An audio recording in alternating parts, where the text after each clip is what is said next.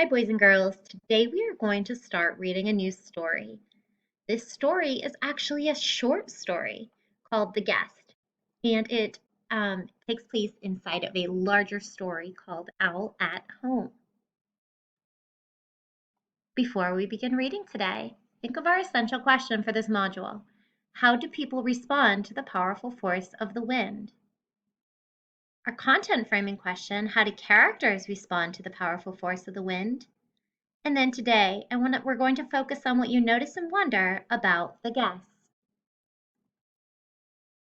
So here's the cover of the book, Owl at Home by Arnold Lobel. Like I said, the story The Guest takes place within this story. Hi, first grade. So we are just going to go ahead and read the very first chapter out of this story because that's what we're going to be focusing on for our discussion for today and for our writing that we're going to be doing. So I hope you enjoy the first chapter, and it is titled The Guest. Owl was at home. "How good it feels to be sitting by this fire," said Owl. "It is so cold and snowy outside." Owl was eating buttered toast and hot pea soup for supper. Owl heard a loud sound at the front door. "Who is out there, banging and pounding at my door on a night like this?" he said. Owl opened the door. No one was there, only the snow and the wind. Owl sat near the fire again. There was another loud noise at the door. "Who can it be?" said Owl. "Knocking and thumping at my door on a night like this?" Owl opened the door. No one was there, only the snow and the cold. "The poor old winter is knocking at my door," said Owl. "Perhaps it wants to sit by the fire. Well, I will be kind and let the winter come in." Owl opened his door very wide. "Come in, Winter," said Owl. "Come in and warm yourself for a while." Winter came into the house. It came in very fast. A cold wind pushed Owl against the wall. Winter ran around the room. It blew out the fire in the fireplace. The snow whirled up the stairs and whooshed down the hallway.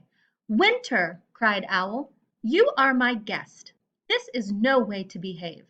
But Winter did not listen. It made the window shades flap and shiver. It turned the pea soup into hard green ice. Winter went into all the rooms of Owl's house. Soon everything was covered with snow. "You must go, Winter," shouted Owl. "Go away right now." The wind blew around and around. Then Winter rushed out and slammed the front door. "Goodbye," called Owl, "and do not come back." Owl made a new fire in the fireplace. The room began to warm again. The snow melted away. The hard green ice turned back into soft pea soup. Owl sat down in his chair and quietly finished his supper. I hope you enjoyed the story The Guest from the book Owl at Home. So now what we're going to do is we are going to go back. We are going to identify our story elements to determine what is happening in a story. So I want you to think, what elements do we look for to determine what is happening in a story? Think about who or what the story is about. Those are our characters. We always think about where and when our story takes place, which is our setting. In this story, our main character Owl has a problem. If you remember from last time, during Gilberto and the Wind, we talked about Gilberto's responses to the problem. And finally, our resolution, or how our problem is resolved.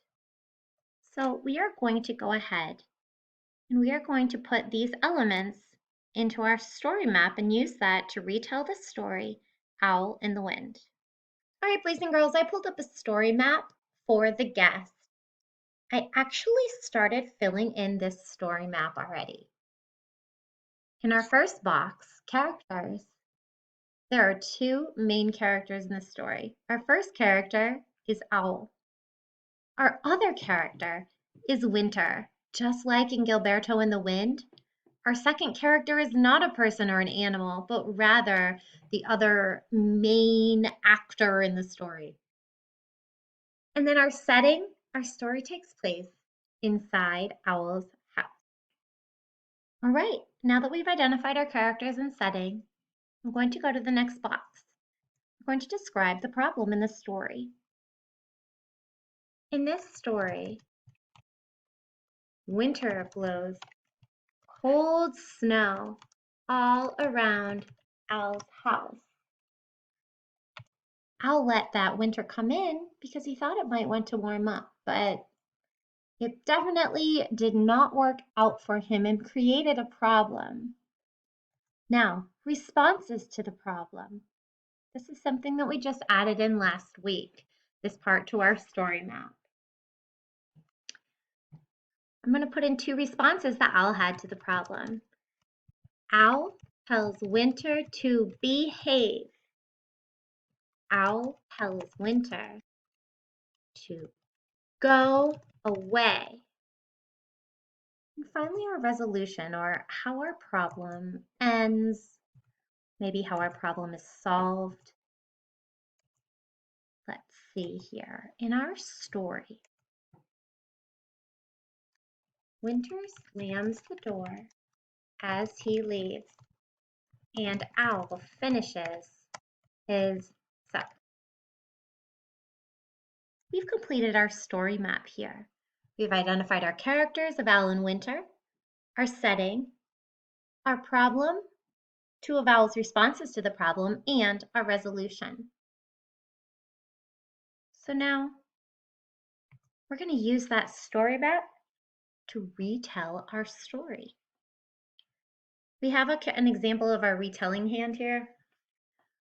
We have our character, setting, problem, response, and resolution. What we're going to ask you to do today is to record yourself on Seesaw retelling the story. If you would like, you can go back to this screen to practice retelling your story using your story map before you film it. Or maybe you want to take some notes or draw a picture, write down some ideas before you create your video. Thank you.